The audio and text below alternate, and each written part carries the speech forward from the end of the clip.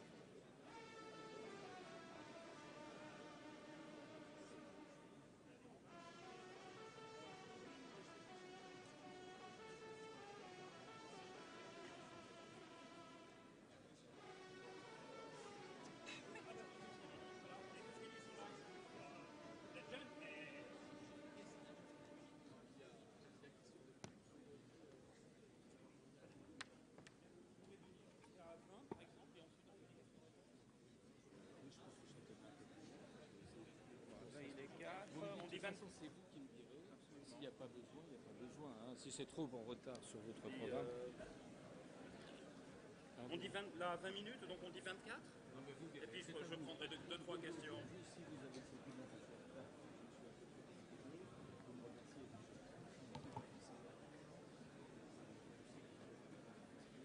Absolument, absolument. Je suis juste là. Je reste là.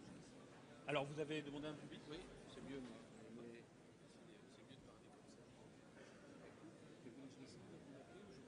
C'est maintenant. C'est maintenant.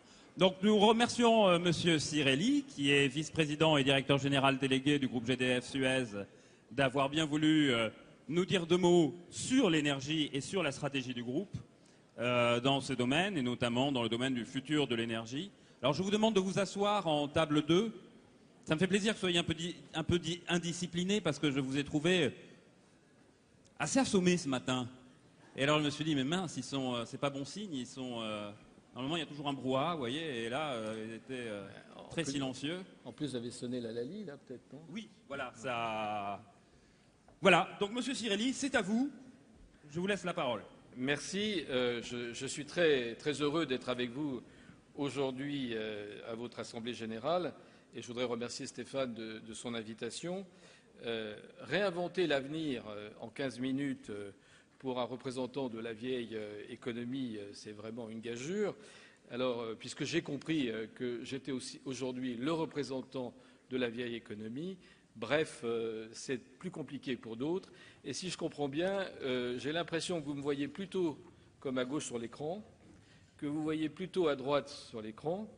J'hésitais à mettre pipa, et puis finalement, je suis resté dans la règle. Et je vais essayer de vous dire que moi aussi, j'ai envie d'être plutôt sur la droite. C'est un peu le sentiment d'aujourd'hui. Donc je crois que vous auriez tort de penser que je suis resté sur la gauche de cet écran, car c'est vrai que l'énergie a connu de formidables transformations et que celles-ci, d'ailleurs, vont en s'accélérant. Et mon expérience personnelle à la tête de Gaz de France, puis maintenant à GDF Suez, ces 8 dernières années, m'a pleinement permis de le réaliser. L'avenir, ce n'est pas quelque chose qui se prédit, même dans les secteurs dits de long terme et très intensifs en capital. On ne le subit pas non plus, et il est possible de l'inventer chaque jour, d'autant plus quand on produit, distribue, vend un service aussi vital que l'énergie. Bref, les utilities, puisqu'on n'a jamais su traduire cela en français, les utilities ne sont plus, je crois, les boring utilities qu'on voyait il y a encore une quinzaine d'années. Et j'utilise à dessein le mot de service pour parler de l'énergie, car je crois que c'est ce qu'elle est amenée à être de plus en plus à l'avenir, un service et non plus un bien. Et c'est là d'ailleurs peut-être que nos disciplines se rejoignent, car aujourd'hui, Internet, les nouvelles technologies sont un formidable moyen pour nous d'offrir un service au plus grand nombre. Ils le feront pour l'énergie comme ils l'ont fait pour l'information, la culture ou le commerce. Et j'utilise le mot vital parce que l'énergie reste un bien inaccessible pour de nombreuses personnes. Nous avons 1,4 milliard d'humains aujourd'hui, 20% du monde, qui n'ont pas l'électricité. avec tout ce qui induit en termes de développement, d'éducation, de qualité de la vie. Sans éclairage électrique, difficile d'apprendre ses leçons le soir. Sans réfrigérateur, pas de conservation de la nourriture, des médicaments, des vaccins. Et l'espérance de vie est très nettement corrélée à l'accès à l'énergie, en tout cas jusqu'à un certain niveau. Après, on est peut-être dans le gaspillage. Et pour vous qui êtes au cœur des nouvelles technologies, peut-être s'il y a un chiffre à garder, il y a, paraît-il, 2,4 milliards d'humains qui ont Internet aujourd'hui. Eh bien, il y en a aussi 2,4 milliards, ce n'est pas les mêmes, qui font leur cuisine sur du feu de bois. Et c'est ça la société, l'homme, le globe aujourd'hui tel que nous l'avons. Donc naturellement, tout serait beaucoup plus simple si, dans notre secteur comme dans les IT, l'énergie observait la loi de Moore, c'est-à-dire on doublait notre capacité de nos centrales tous les 18 mois. Bon, ben, ce n'est pas le cas, nous avons des contraintes qui, elles, n'ont rien de virtuel, contraintes économiques qui sont d'ailleurs de plus en plus ressenties avec la crise actuelle, contraintes écologiques, puisque les ressources qui ont fait la croissance du XXe siècle aujourd'hui ne sont pas inépuisables, réchauffement climatique, qui montre aussi les effets, ces effets, encore que là, on aurait peut-être un peu besoin de réchauffement climatique, contraintes géopolitiques ou contraintes réglementaires. Mais ces contraintes ne nous découragent pas, elles sont d'ailleurs la loi de tous les créateurs d'avenir.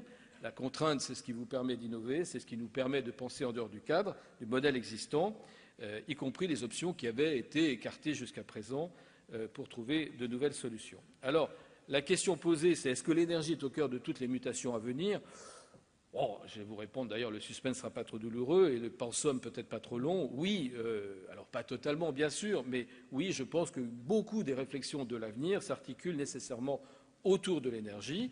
D'abord parce que l'énergie est au cœur de la plupart des grands défis du siècle en cours.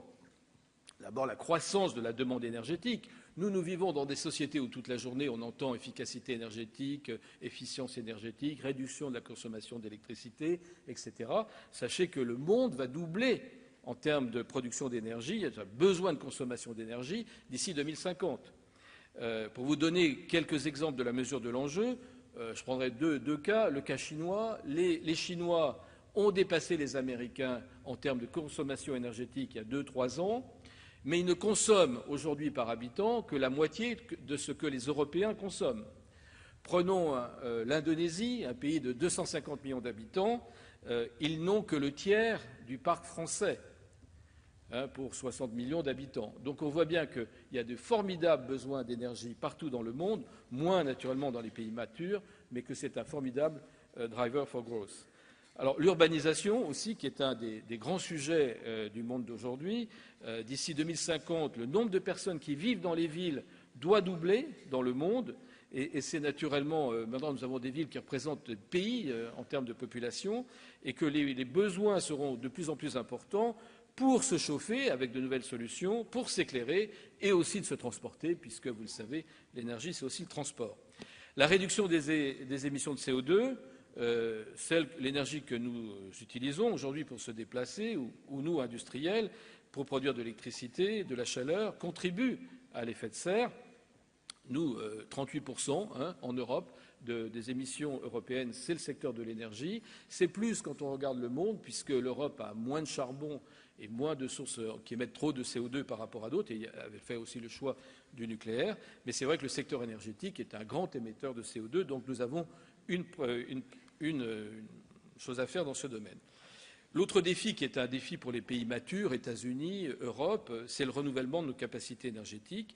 Plus de 50% de nos centrales doivent être remplacées d'ici 2030, notamment en Europe. Donc c'est un immense défi, notamment un défi d'investissement. Ça se compte en centaines de milliards d'euros, que ce soit pour les centrales, que ce soit pour les lignes électriques ou les infrastructures gazières. Et qui dit centaines de milliards d'euros, il faut trouver aussi des investisseurs qui aient bien envie de les financer. Donc aujourd'hui, l'énergie s'impose comme une variable, me semble-t-il, très importante dans l'équation de la croissance mondiale. Elle alimente tous les secteurs de l'économie. Elle rentre dans la fabrication de n'importe quel bien et service, y compris Internet. Les millions de serveurs qui sont aujourd'hui installés dans le monde représentent à eux seuls, d'ores et déjà, la consommation d'un pays comme l'Italie. C'est vous dire. Une recherche sur Google équivaut, en termes de dépenses énergétiques, à laisser une ampoule allumée pendant 1 heure. Donc on voit bien que la croissance et la demande, elle est toujours là. Donc le monde va avoir de plus en plus besoin d'énergie, et pour cela, l'énergie doit se réinventer aussi pour être mieux produite, mieux consommée, mieux distribuée, mieux partagée. Et naturellement, le nouveau modèle économique de l'énergie ne peut négliger le facteur économique, ce n'est pas à vous que je vais le dire. Ce point est tout sauf anecdotique, même si ce n'est pas celui dont il est le plus souvent fait état. Le montant moyen d'une facture énergétique pour un foyer français, c'est 2 900 € par an. Et quand la facture dépasse 10% du revenu, on parle de précarité énergétique. Alors, ce qui est vrai pour les ménages, je dirais, est aussi vrai pour les industries, les industriels. Nos économies, parce que le coût de l'énergie, c'est naturellement un élément très important de la compétitivité économique, et il n'y a pas de croissance possible, donc d'avenir, si l'énergie, même si elle est totalement respectueuse de l'environnement, n'est pas elle-même quelque part compétitive. Et c'est un sujet, alors pour les Européens, qui me semble aujourd'hui être au cœur de leurs problématiques. C'est bien gentil, mais est-ce qu'on veut qu'on ait encore une industrie en Europe dans 20 ans et qu'est-ce qu'il faut faire pour cela en termes énergétiques? Donc le modèle énergétique de demain, il se cherche. C'est celui qui, en plus de relever les défis que j'ai cités, est capable, sera capable d'offrir une énergie abordable à ceux qui la consomment. Et c'est une sorte d'équilibre qu'il va falloir trouver entre trois côtés d'un triangle: le respect de l'environnement, la sécurité d'approvisionnement, vous voulez de l'énergie, mais vous voulez être sûr que cette énergie soit toujours là, et la compétitivité, c'est-à-dire à quel prix on paye. Donc avant d'entrer dans la prospective un petit peu, quels sont les modèles d'avenir qui sont actuellement en cours, vous savez qu'en Europe, on a une politique énergétique européenne qui poursuit un objectif de réduction à court et à moyen terme des émissions de gaz à effet de serre. C'est d'ailleurs la politique énergétique, si je voulais caricaturer, s'est transformée en une politique du climat. Et pour ça, naturellement, l'Union européenne a décidé d'accroître la part des énergies renouvelables dans son mix énergétique. Nous sommes les premiers au monde dans ce domaine. Ces objectifs, d'ailleurs, sont ceux de mon entreprise, GDF Suez, puisque nous sommes convaincus depuis très longtemps du lien indissociable entre énergie et environnement. C'est un acquis sur lequel, je pense, nos opinions publiques ne reviendront pas et sur lequel il ne faut pas d'ailleurs revenir. Et GDF Suez est présent dans les énergies renouvelables et dans toutes les énergies renouvelables. Je vous signale que nous sommes le producteur d'électricité éolienne, le premier producteur d'électricité éolienne dans ce pays. En général, ce n'est pas bien connu, et que nous comptons parmi les 3 premiers producteurs d'énergie renouvelable en Europe. Mais le message que je voudrais vous faire passer ce matin, c'est qu'en l'état, en tout cas, des technologies, on ne peut pas considérer les énergies renouvelables comme un modèle en soi.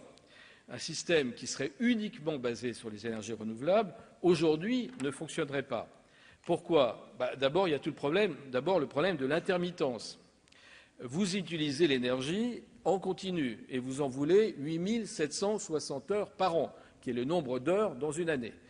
Le vent, lui, il ne souffle pas en continu, d'ailleurs tant mieux, en moyenne 2000 heures pour un vent qui souffle onshore, pour une éolienne onshore.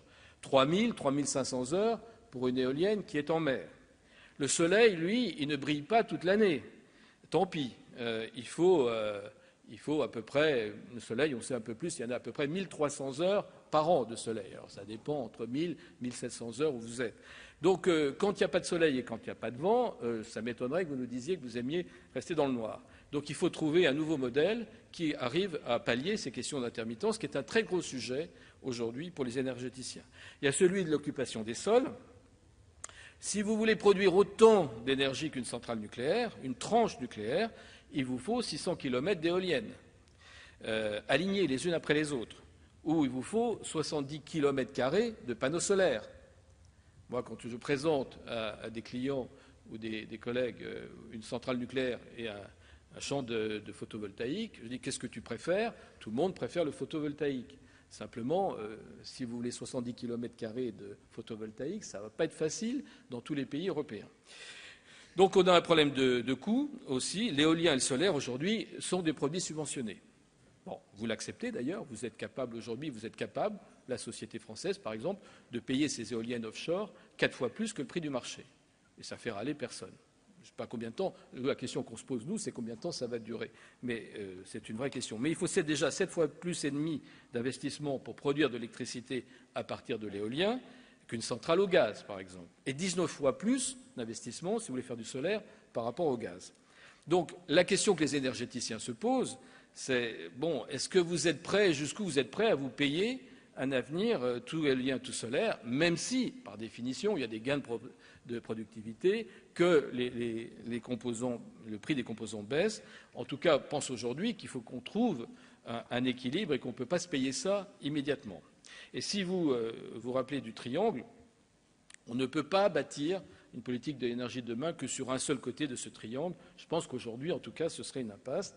D'autres pistes sont à creuser et naturellement à combiner pour trouver l'équilibre du modèle. Alors, bien sûr, ça pourrait changer si un jour on trouvait ce que tous les énergéticiens cherchent, c'est comment on stocke l'électricité, qui est le grand défi de l'énergéticien. Alors, l'innovation, bien sûr, peut nous venir en aide, et je n'ai pas hésité à vous parler du gaz de schiste ou du shale gaz ou du gaz de roche, les techniques d'exploration et de production ayant fait d'énormes progrès ces dernières années, permettent aujourd'hui d'avoir accès à des ressources de gaz qui étaient emprisonnées dans des roches qu'on ne savait pas produire. Alors, je sais bien que tout ça est mis dans les enfers et démonialisé, mais je voudrais quand même vous en parler. Parce que, du coup, le gaz dont on pensait qu'on avait 60 ans de consommation devant nous, on en a pour 250 ans, et au rythme de consommation actuel. Et ça change quand même un peu la perspective. Et un avantage de ce nouveau gaz, ce shale gaz, dont la France, je vous rappelle, a interdit l'exploration, c'est qu'il est bien réparti. Parce que le problème du pétrole et du gaz, pas un dessin, c'est qu'il est très concentré dans un certain nombre de pays. Le gaz, c'est encore pire que le pétrole, puisqu'aujourd'hui, dans le gaz conventionnel, vous avez 3 pays qui ont 60% des réserves. La Russie, l'Iran, le Qatar. Pays facile. Le gaz de schiste, bon, pas besoin de retenir tout ça, vous en avez partout. Au passage, d'ailleurs, les études, mais on ne peut pas chercher puisque nous sommes interdits, disent que la France est le pays qui est le plus doté en Europe de gaz de schiste et qui aurait le meilleur. Peut-être qu'un jour, on regardera si on arrive à passer au-delà de l'acceptabilité de la façon dont le sujet a été pris. Aux États-Unis, ce qu'il faut savoir, c'est qu'on peut bien avoir nos discours français. Aux États-Unis, ça a totalement changé la donne énergétique. Depuis que les États-Unis exploitent le gaz de roche, le pays est devenu, autosuffisant en gaz, alors on croyait qu'il allait importer, et les États-Unis disposent désormais d'une économie, d'une énergie peu chère, et développent une nouvelle industrie. Vous avez toute l'industrie chimique qui se réinstalle aux États-Unis aujourd'hui, et on considère, c'est naturellement un chiffre du lobby gazier, que 600 000 emplois nouveaux ont été créés aux États-Unis grâce à cela. Alors, mieux encore, du point de vue du bilan du CO2, ces 5 dernières années, ils ont diminué aux États-Unis puisqu'ils sont passés du charbon au gaz, et ils passent du charbon au gaz, et une centrale au gaz émet 2 fois moins de CO2 qu'une centrale au charbon.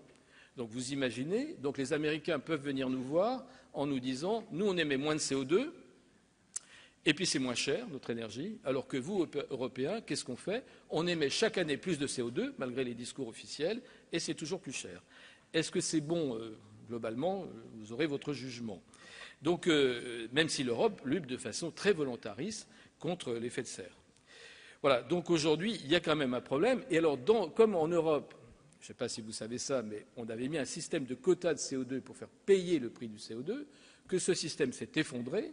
À l'heure où je vous parle, vous gagnez votre vie en faisant tourner des centrales au charbon et pas des centrales au gaz. Donc aujourd'hui, ce qu'on va voir très vite en Europe, c'est la remontée des niveaux de CO2 parce qu'il est plus bénéficiaire pour nous de faire tourner nos centrales au charbon plutôt que les centrales au gaz.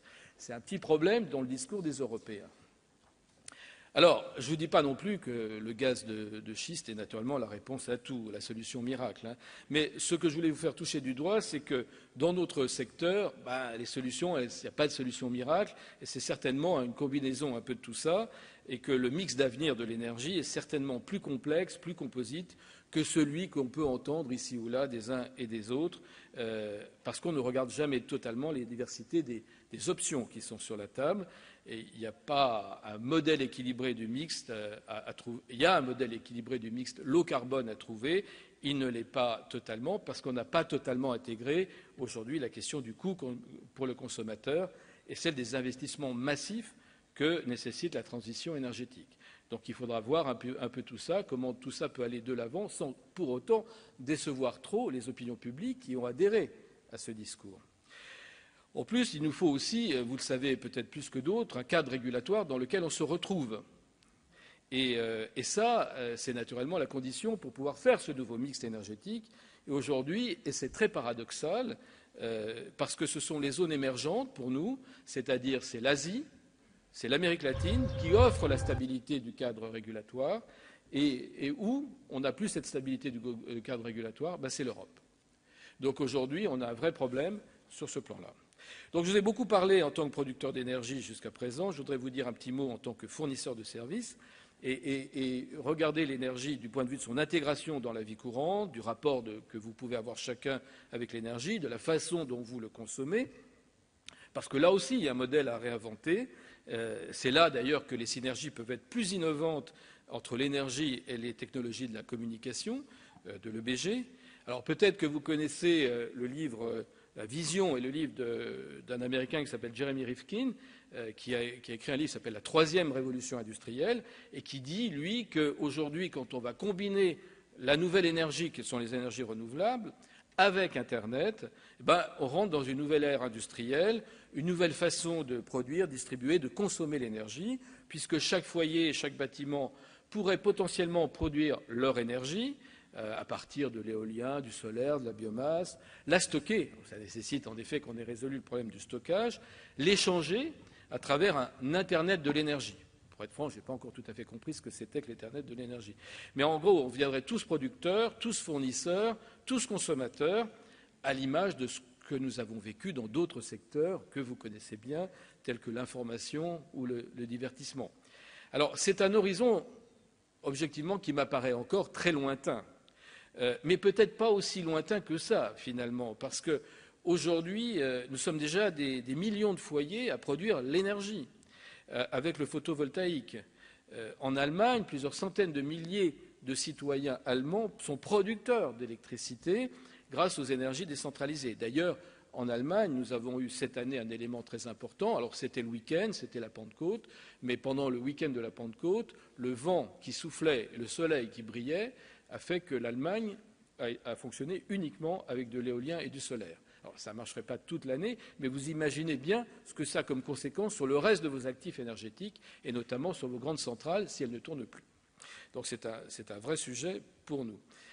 Voilà, donc aujourd'hui, il faut préparer cet avenir, dans les réseaux. Mon entreprise essaye de s'y préparer, s'inspirer de plus en plus des réseaux numériques pour construire les réseaux énergétiques de demain. Alors, un petit mot quand même, avant de terminer sur GDF Suez, parce que vous le savez tous, c'est la fusion de l'ex-Gaz de France et de l'ex-Suez. Nous avons récemment fusionné avec une autre entreprise anglaise qui s'appelle International Power, qui est plus présente dans les pays émergents. Et nous sommes aujourd'hui un acteur de dimension mondiale qui est leader d'ailleurs dans son secteur des utilities, 90 milliards de chiffre d'affaires, 16 milliards et demi d'EBITDA, 4 milliards de résultats, 220 000 collaborateurs. Nous investissons dans la recherche. Nous avons 3 000 brevets. Nous avons le mix énergétique peut-être le plus diversifié de nos concurrents. Nous avons du nucléaire jusqu'au renouvelable en passant par le gaz et le charbon. Et aussi, nous essayons d'œuvrer à lever les différents obstacles économiques ou technologiques pour construire cette approche globale pour un avenir énergétique durable. Alors, dans les énergies renouvelables, je disais, nous sommes parmi les 3 premiers Européens. Plus récemment, on a fait un peu de pub, on se lance un peu dans les énergies hydroliennes du fond de la mer, sachant qu'il faut quand même le dire, ça marche bien, mais le potentiel est assez limité. En France, on a 2 sites à peu près sur lesquels on peut s'équiper, et après, ce serait à peu près fini. On fait de la recherche sur le stockage d'électricité, parce qu'encore une fois, comme tout le monde, si on trouve la pierre philosophale, on sera content. On développe un grand programme de villes et bâtiments de demain, où là, franchement, nous avons une filiale que vous devez connaître, des services énergétiques Cofeli, Ineo, qui sont très très bons et parmi les meilleurs en Europe. Nous avons 80 000 personnes qui travaillent dans ce domaine-là. C'est l'autre spécificité par rapport aux autres énergéticiens, avoir cet ensemble de services énergétiques et d'essayer de faire des bâtiments, des villes qui sont beaucoup plus économes, notamment dans nos pays, en énergie. Naturellement, on essaye de trouver le business model du smart, qui n'est pas évident à trouver. On voit bien l'intérêt des uns et des autres, mais pour nous, on n'a pas encore trouvé, mais il faut qu'on y aille et on essaie d'y aller. Mais qu'est-ce qu'on peut tirer, nous, comme valeur en allant dans le smart? Où est-ce qu'on prendra la valeur? Et surtout, où est-ce qu'on ne se la fera pas piquer par d'autres, peut-être par des gens qui sont dans cette salle? C'est une grande question. Et donc, on voit bien que le métier d'énergéticien est en pleine questionnement. Et que, clairement, les consommateurs, on le voit bien, seront demain de plus en plus demandeurs de ces services, d'optimisation de leur consommation, voire même de leur production d'énergie. Donc en France, on a commencé à développer toute une gamme de services smart, notamment la Zenbox, qui permet de contrôler à distance la consommation des appareils électriques de votre foyer. Cap Eco-Conso, c'est une application qui sortira en septembre 2012, qui vous permettra de suivre votre consommation d'énergie en temps quasi réel.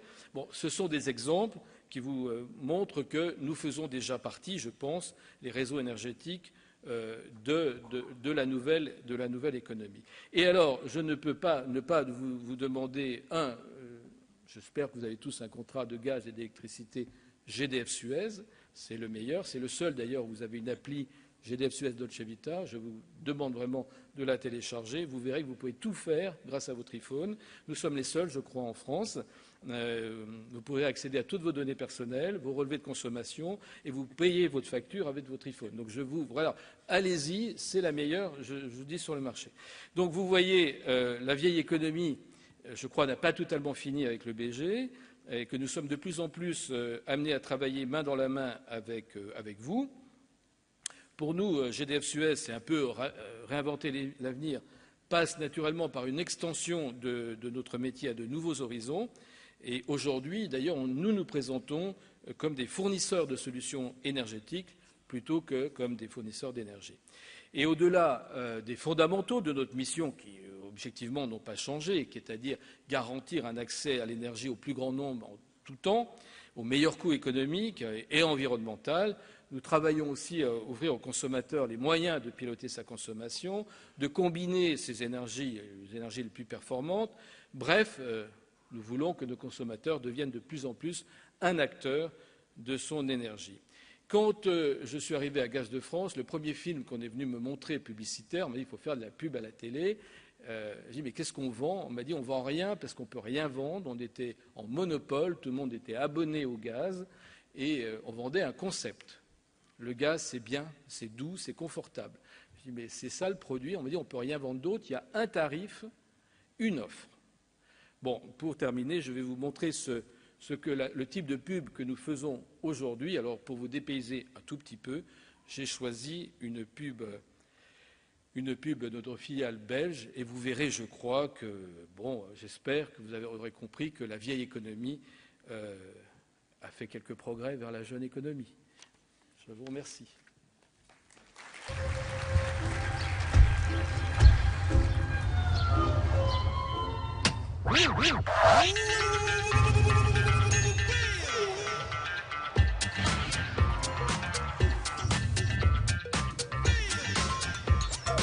Check that mic, boy.